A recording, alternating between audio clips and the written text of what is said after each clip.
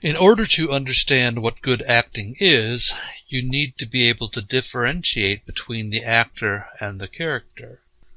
As an audience member, you may truly dislike a character, but that shouldn't influence your criticism of the actor. A very good actor can play a very dislikable character. The opposite can also be true. A mediocre actor can often appear to be better than their ability if they're playing a well-written and very likable character. The mediocre actor's lack of imagination can appear to be more than it truly is if the playwright has written an imaginative, interesting character. Trying to determine the quality of the material will help in judging whether one of the following is what you're seeing: a good actor in a wonderfully written script, a good actor in a poorly written script, a lesser actor in a wonderfully written script, or, yikes, a lesser actor in a poorly written script. Good acting is specific and multidimensional.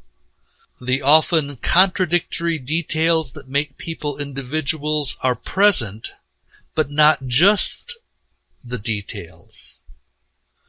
Many audience members are fooled by someone who is good at mannerisms, but a person who can do a specific accent or make the audience believe that they are 70 when they're really 30, or walk with a believable limp, isn't necessarily a good actor.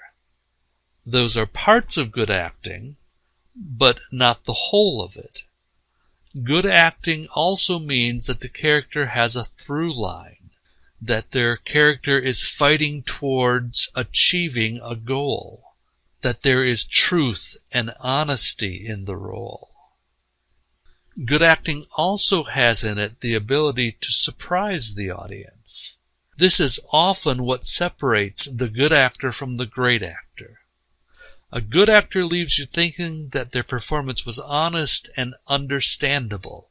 The great actor leaves you thinking that the performance was honest and wholly unexpected, that the choices they made were not ones you would anticipate them making. Good acting is technically skillful, honest, has a through line, and is surprising.